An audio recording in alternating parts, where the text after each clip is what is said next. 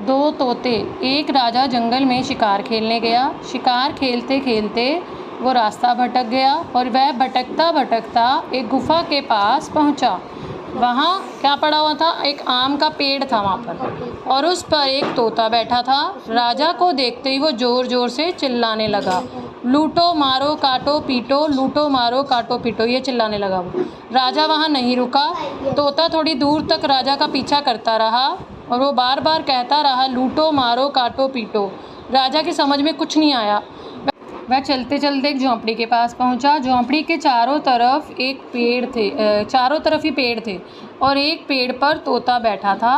राजा को देखते ही वह मीठी आवाज़ में कहने लगा, आओ, मतलब एक तोता तो कह रहा था लूटो मारो काटो पीटो, जो झोंपड़ी वाला था वो क्या कह रहा था? आओ बैठो पानी पियो खाना खाओ। दूसरा तोता ये बोल रहा था।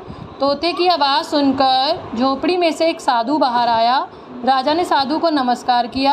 उसने राजा से चारपाई पर बैठने को कहा। राजा चारपाई पर बैठ गया। उसे सोच में पड़ा देख साधु से ने पूछा, आप क्या सोच रहे हैं? राजा बोला, मैंने आज दो तोते देखे, दोनों अलग अलग बोली बोलते थे। थोड़ी दूर तक एक तोता मिला, मुझे देखते ही कहने लगा, लूटो मारो काटो पीटो। और एक तोता यहाँ मिला, मुझे देखते ही बोला, आओ बैठो पानी पियो खाना खाओ। मैं ये भेद नहीं समझ पाया। राजा की बात सुनकर साधु मुस्कुराए। वह बोले, यह सब संगति का असर है, दोनों की माँ एक है। पहले दोनों मेरे पास थे, एक को डाकू ले गया था, अब वह उनके पास रहता है। जो डाकू के पास रहता था वो बोलता था कि लूटो काटो मारो। दूसरा जो साधु के पास रहता था वो कहता था, आओ बैठो खाना खाओ। ये सुनकर राजा बोला, मैं आज समझा, अच्छी संगति का फल अच्छा होता है। मतलब अब जैसे ही लोगों के साथ रहोगे आप भी वैसे ही बन जाओगे। अब हम बुक का एक्सरसाइज देख लेते हैं। इसमें पहले है हाँ नहीं। क्या राजा भटकता हुआ गुफा के पास पहुंचा? हाँ। क्या पहला तोता राजा को देखकर मीठी आवाज़ में बोला? नहीं। क्या राजा ने साधु की नमस्कार किया साधु को? हाँ। क्या राजा ने साधु को अपनी परेशानी बताई? हाँ।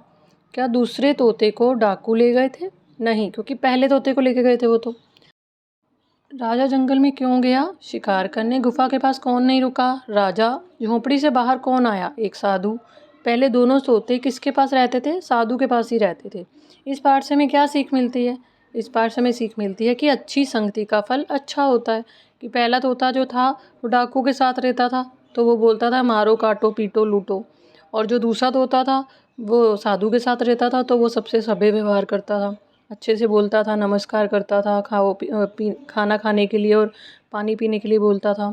अब इसमें किसने किसको कहे हैं? लूटो मारो काटो पीटो। पहला तोता बोलता है आओ बैठो पानी पियो खाना खाओ। दूसरा तोता बोलता है मैं यह भेद नहीं समझ पाया। ये किसने कहा? राजा ने।